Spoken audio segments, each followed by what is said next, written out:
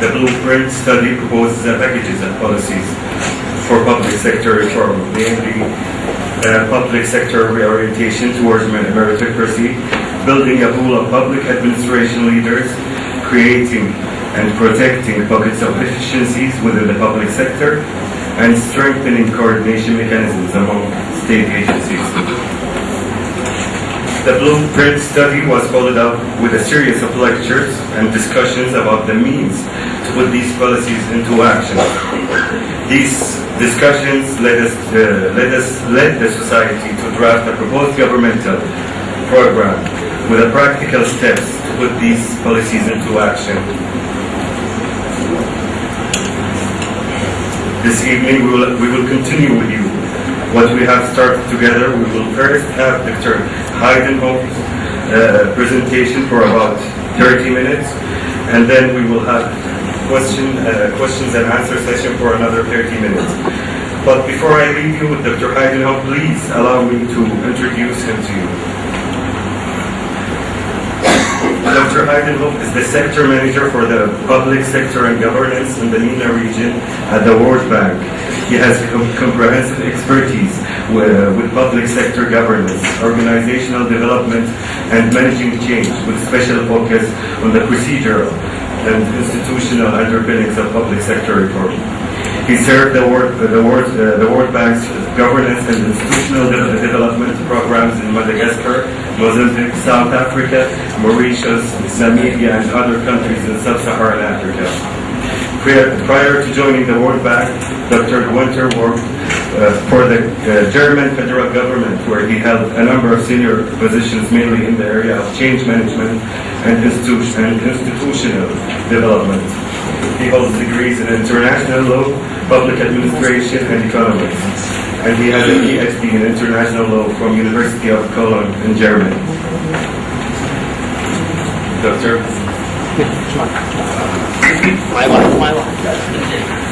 Okay, thank you very much. Thanks also for inviting me. So I think it's the third time, if I remember correctly, it's the Economic Society. So it's always a great pleasure also to join you for some discussions. So thank you very much. I think the topic tonight is a little bit about public sector, institutional strengthening, and governance. And what I'm going to present to you is it's coming not necessarily only from data and information from the World Bank, but it also comes from a lot of the interactions we have on a regular basis with governments, civil society organizations, and private sector regions. Basically, so it's not what I'm presenting as only World Bank perspectives. It's something which is based on something much broader than this. So I will speak about 35 minutes, 30 minutes, depending on if there are any urgent questions. So I would suggest you wait until the end. So that's the arrangement. And then I really look forward to all kinds of open questions you may have for us. It will be a pleasure to respond to them. So the presentation I have has three parts, if you want. So it will give you a little bit of an outline of where the region stands with regard to governance and institution building if you compare the region with other parts of the world. And if we mean the MENA region, so we mean the Maghreb, and all the GCC countries. That's how we basically define in the World Bank the MENA region. So it will then talk a little bit about what are focused areas of governance and institution building in the region. So if you look around in the various countries, what do countries deal with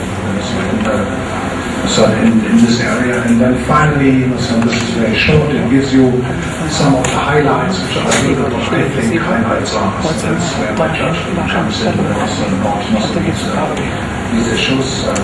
So maybe just to start, with this issue of what is governance, and some of you, certainly can answer. They would ask around, when we did this type of exercise, with many clients and people in the World Bank. So you ask 10 people what is governance, you get 10 different answers. So that's the reason why that is because governance is very broad. So some people think governance is mostly about democracy. Some people think governance is about corruption.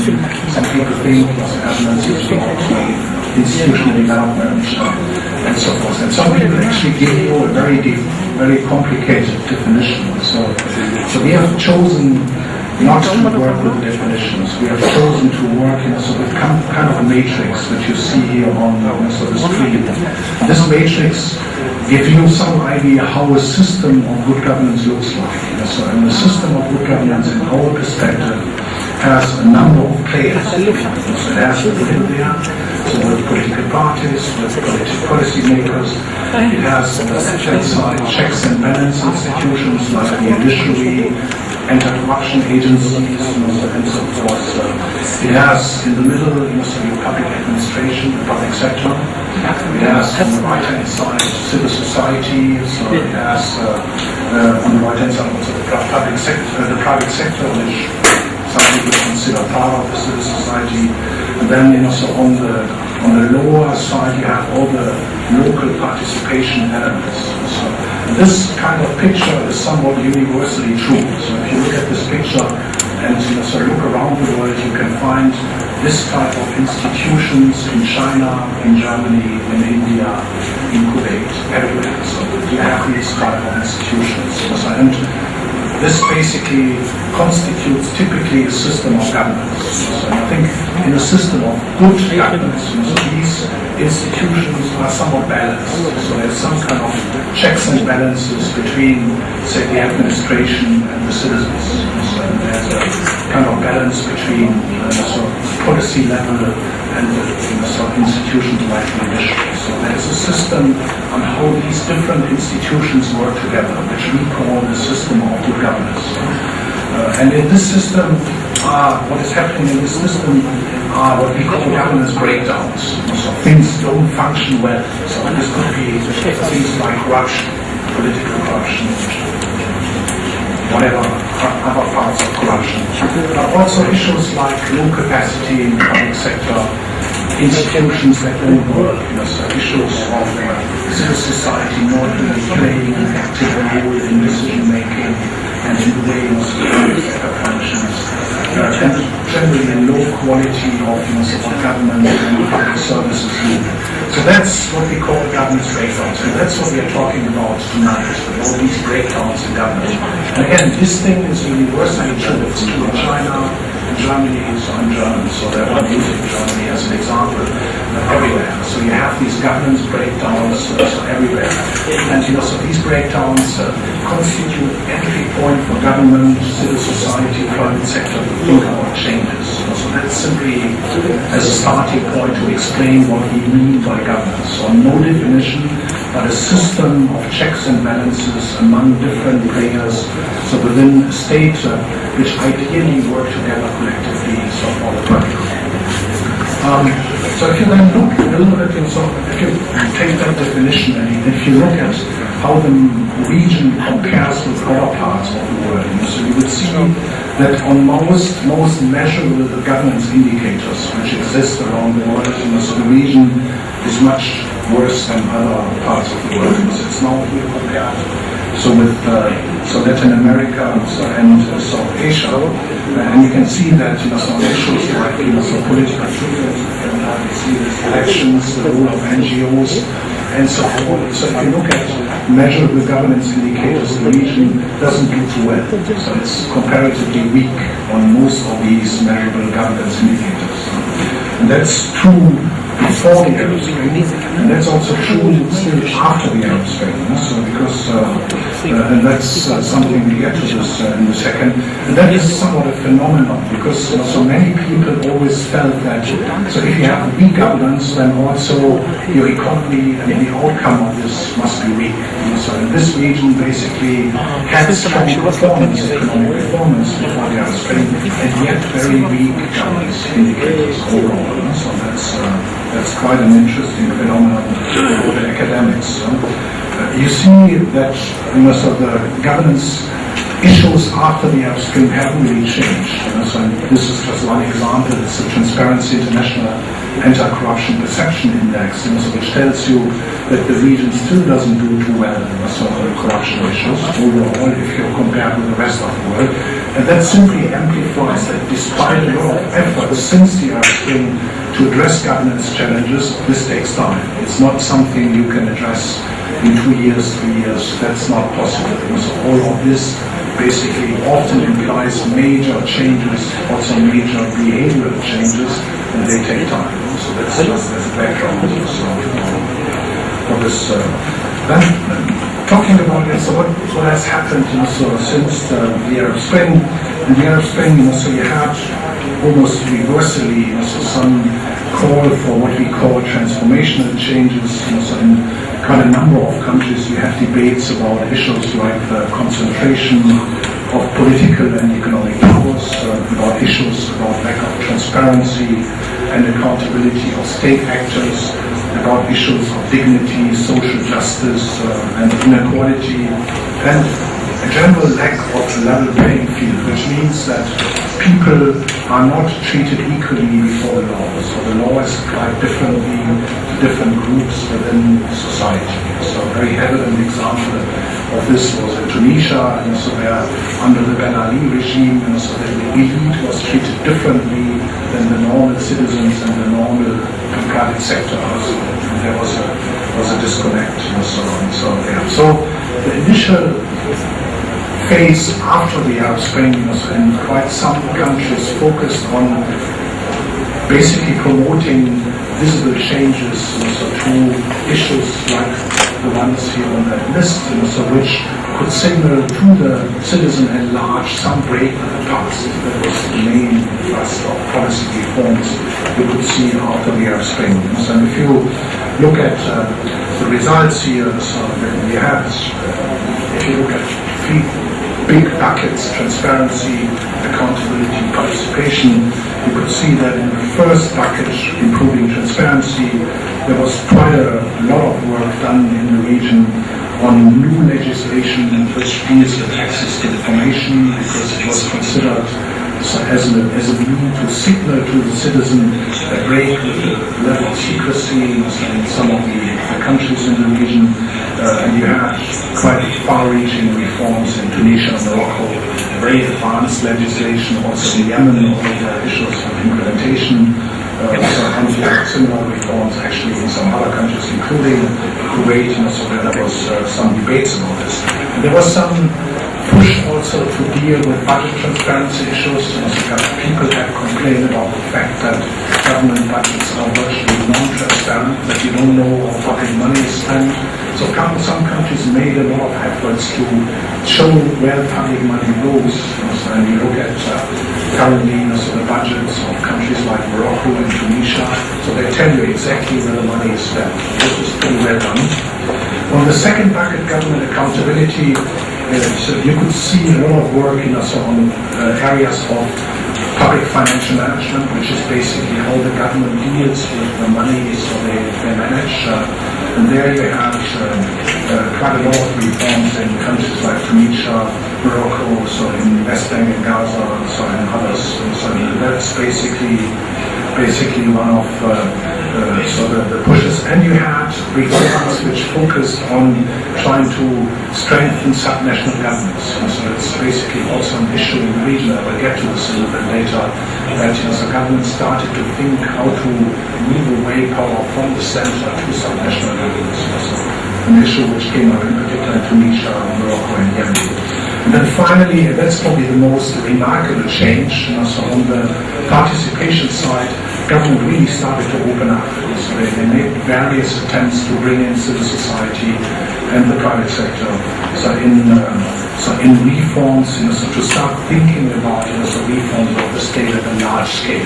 So it could be on how to make a system more conducive for private sector development, how to improve delivery of public services, but also more generally, how do you make sure that whatever government is done is subjected to some scrutiny by the citizens. And these reforms, they're actually really remarkable.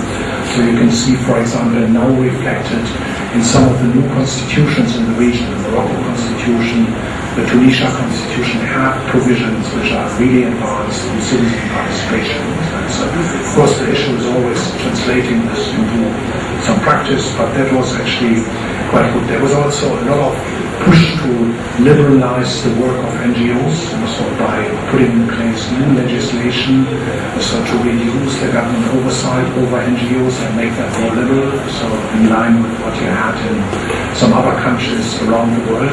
So that was simply something, again, most of these reforms focused on trying to signal to the broader population we want to make change, so with the past. That was the main focus of some of these policy reforms.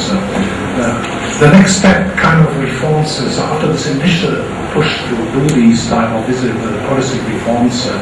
So the government started to quickly realize that governance reforms is not easy, so it takes some time to implement it. And it's important to do that systematically and do good work in these areas.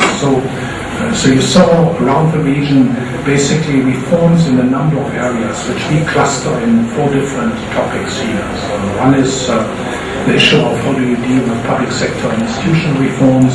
The second is again this issue of what can you do more to strengthen government accountability. The third is this issue of government transparency and openness.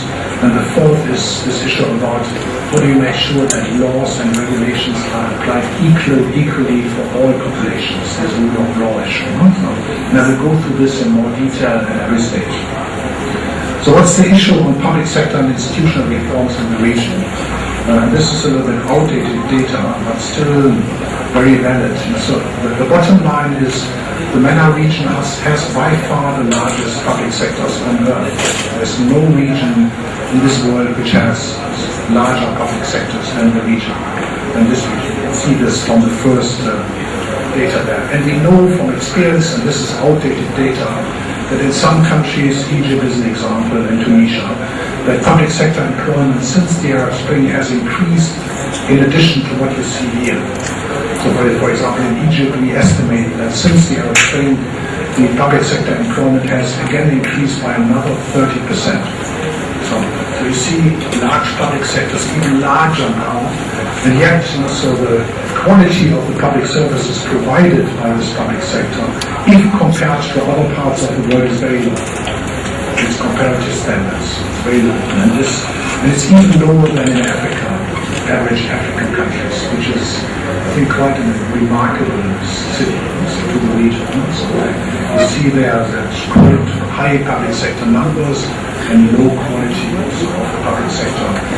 So in quite a number of countries in the region, again, not universally because the region is so diverse.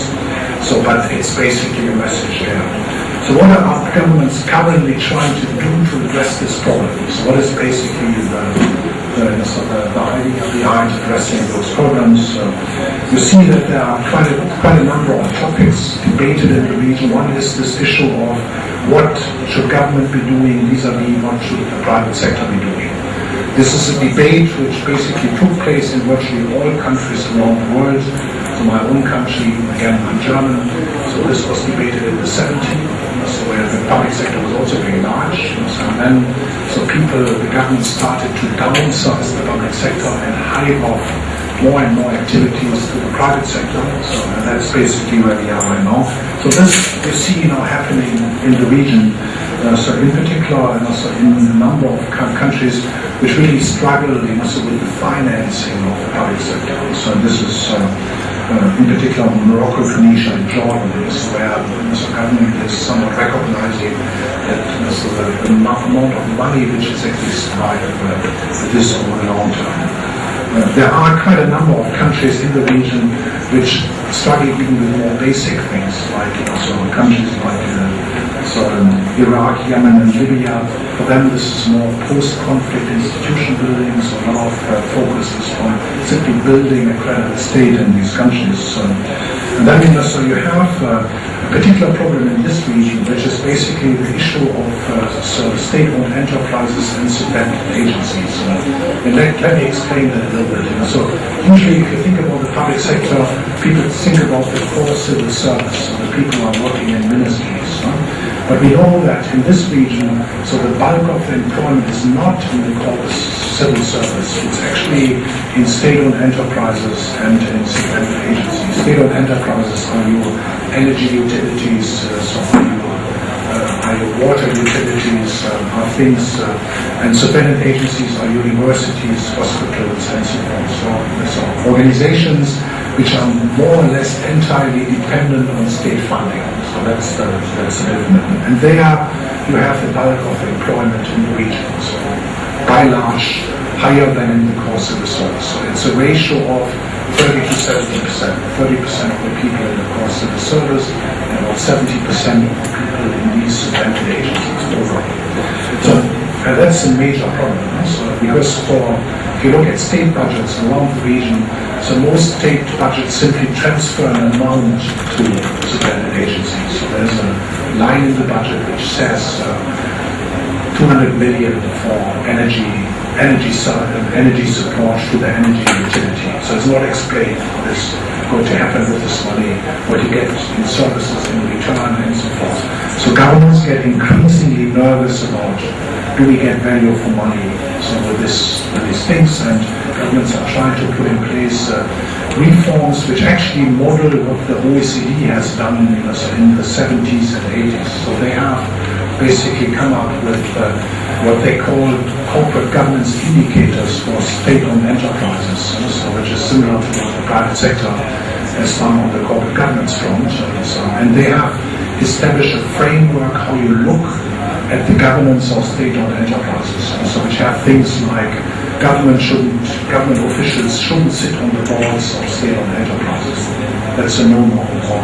That state-owned enterprises have to publish a budget, they have to do audits every year. So these are basic things so they put in place. And you can see that now happening in quite a number of countries in the region, most prominently Morocco, which has somewhat with the help of the OECD spearheaded these type of reforms. And it's actually quite interesting because it creates a new dynamic on how to deal with the management of these utilities, which are very, very difficult.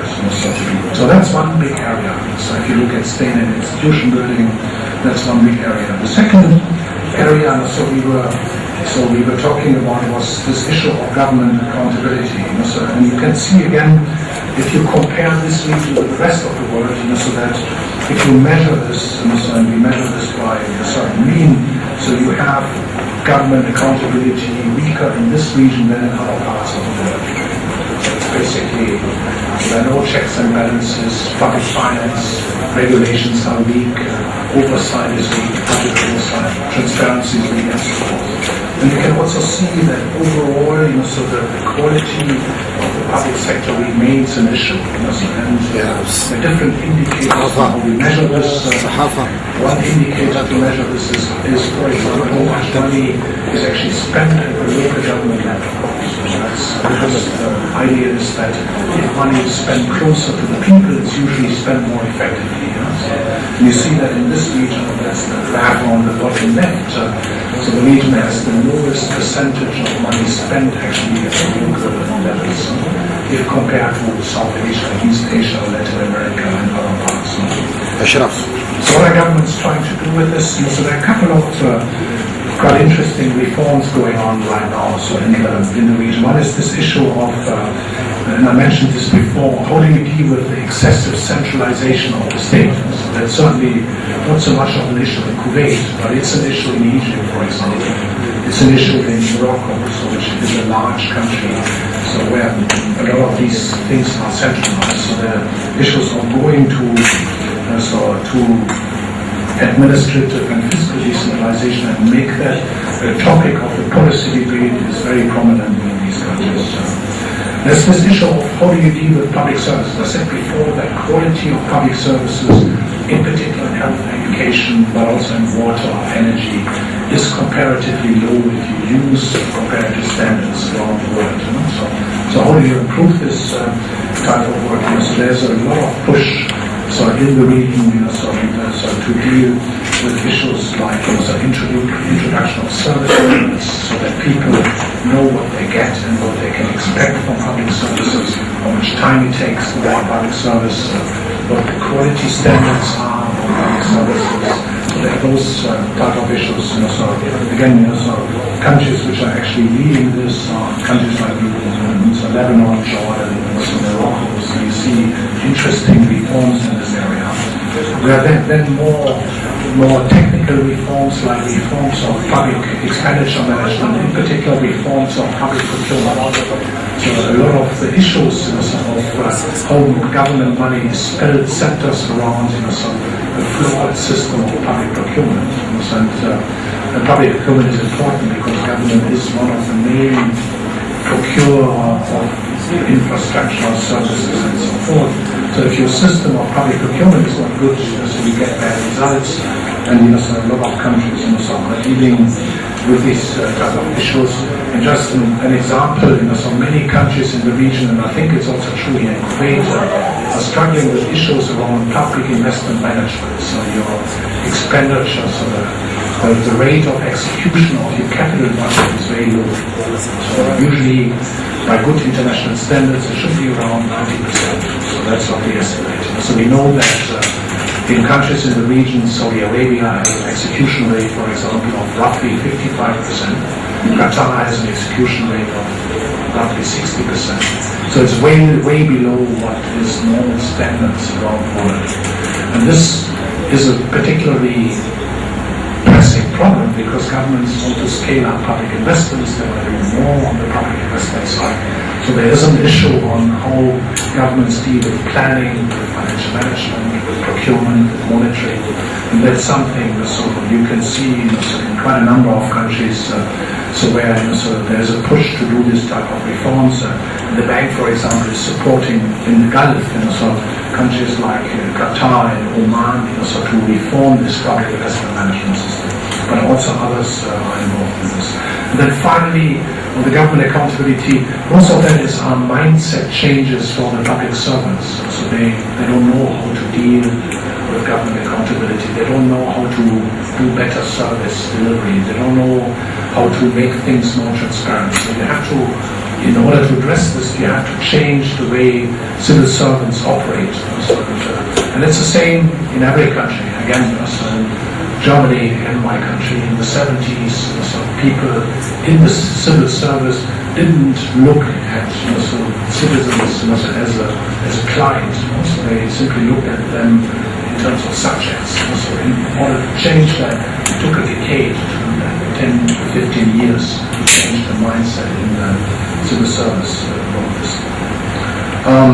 So that's about government accountability. Open government reform, so this is the third big area, transparency and open government reforms. That's particularly dismal in this region, so issues around media freedom, about the way government shares information are particularly problematic in this region if compared to the rest of the world, even if compared to China. So people have in the back of their minds that China is the most regulated country. It's simply not true. China does some things, but if you compare that even with countries like China, you find some interesting examples there. So that's a big topic item. So we know from more policy research that in countries where you have more open debate about policy reforms, you get to better policies. It's actually pretty self-evident. So if you have a debate within your society about important policy reforms like subsidies, where should the money be spent, what are key policy priorities, and if this is done early in the process, you get better policies. So that's actually self-evident. So that this happens. Say the economic research the bank, together with other partners, have done confirms that. So more openness actually leads to better policies, and yet the region is very reluctant to open up. So governments are reluctant to do that. So we see the region some attempts to deal with that issue. So, but you also see a lot of backlash. Like in Egypt right now, there's a big backlash on openness and transparency. So, as you know from the press. So a lot of the ongoing reforms, which are actually quite promising, deal with the issue of access to data and access to information. Because if you get data as a journalist, as a citizen, as an NGO, as a private sector, this is power.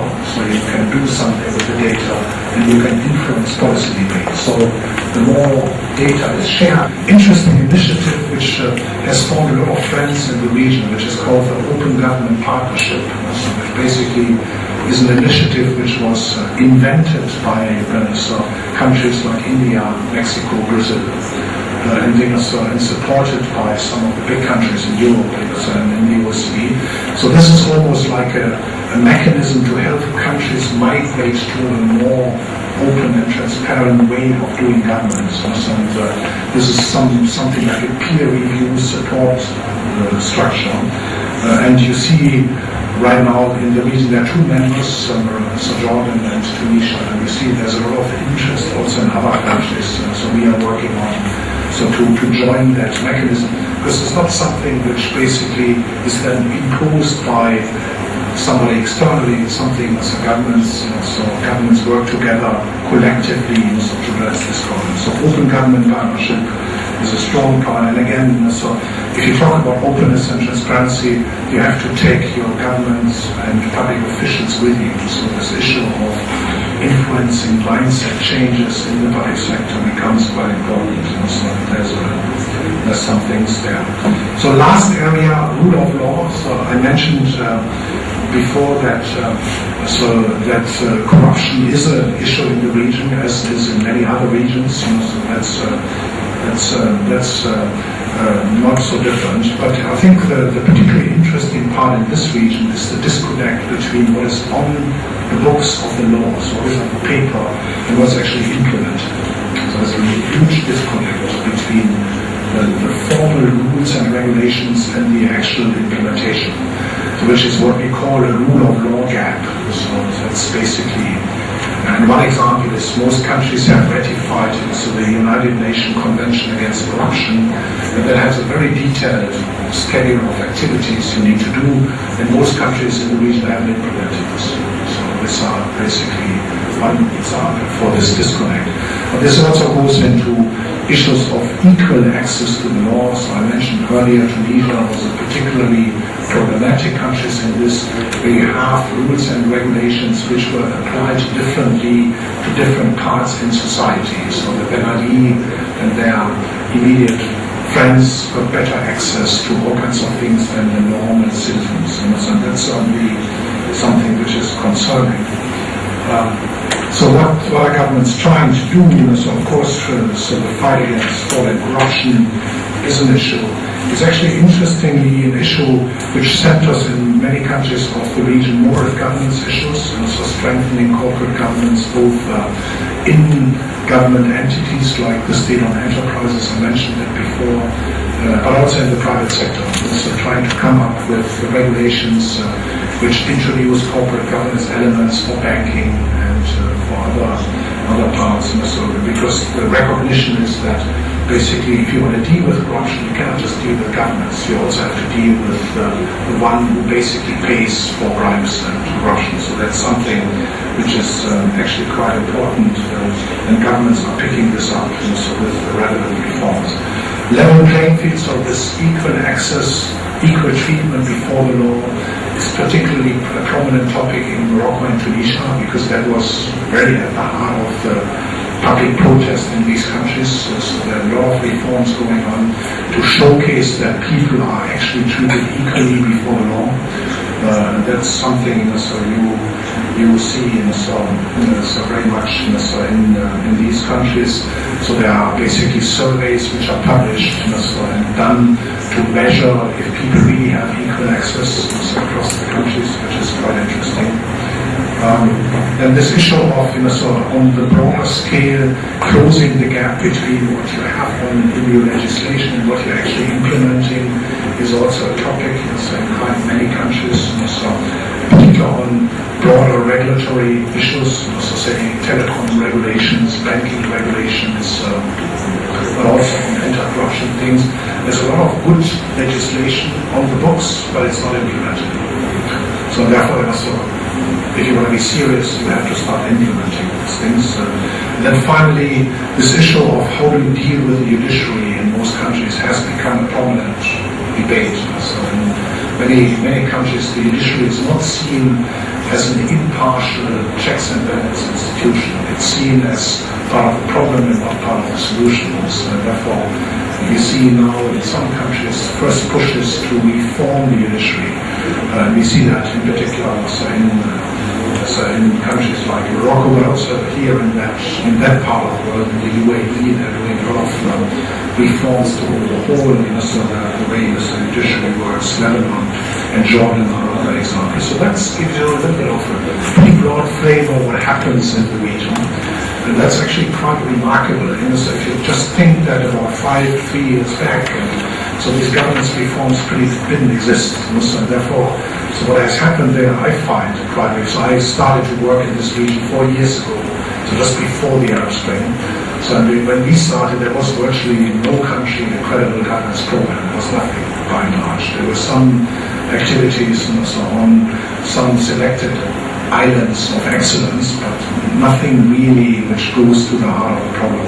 And now you see at least quite some serious attempts in a number of countries in the region to push for these type of reforms. I find that quite remarkable.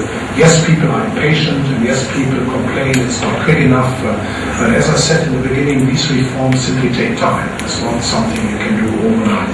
So there are some things which I think are most pressing, so, and I talked about some of these already, so this is my selection of the pressing issues. So I think the big ticket item of how do you change the relationship between central and local governments is a pressing item in most countries in the region, not in small countries like yours, but in most countries it is a really big ticket item.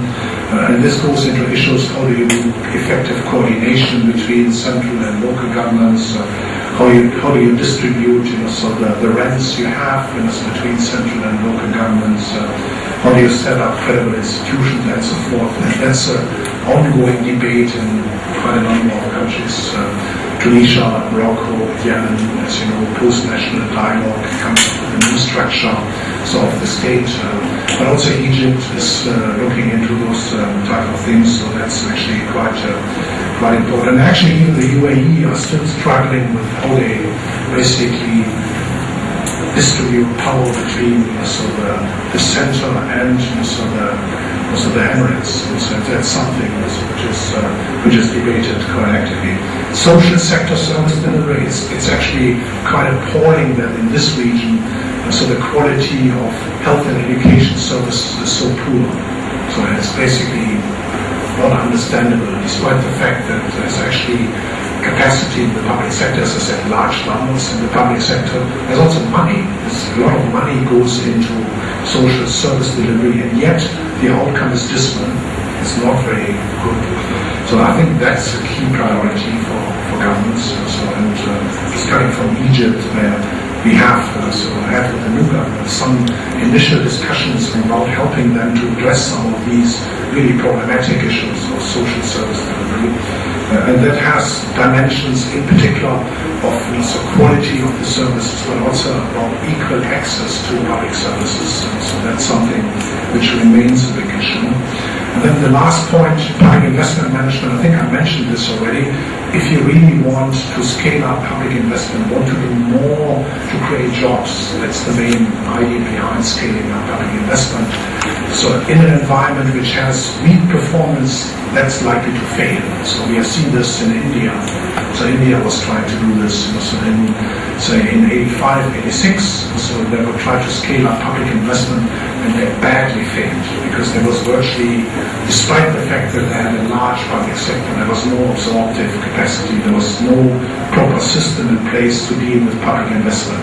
China had a similar experience in the early 1990s, where they tried to scale up public investment significantly, and yet they failed. So because their system of public investment management didn't do the trick. So if you really want to do something about this, you have to address public investment management activities also proactively, meaning strengthen planning, strengthen financial management, contract management, public procurement, strengthen monitoring evaluation, so not necessarily by the government, which would be a conflict of interest. If the same government which builds and monitors its own activities, that's a contradiction. So you should do some independent monitoring as is common standards and homework. So that's basically becoming more and more a hot topic in the region, because everybody recognizes, so Qatar does the work very soon, so they see that so they will behind their public investment program because they have issues with public investment management. So that's something which they want to overcome. Okay, that's basically it from my side. So it gives you an overview of what the issues are in the region. It's pretty broad, I realize that. A lot of information, so I apologize for this. But so this was not meant to do something very specific on the topic, but give you an overview of this. So I look forward to all of comments, questions, observations you may have. Thanks a lot for your attention.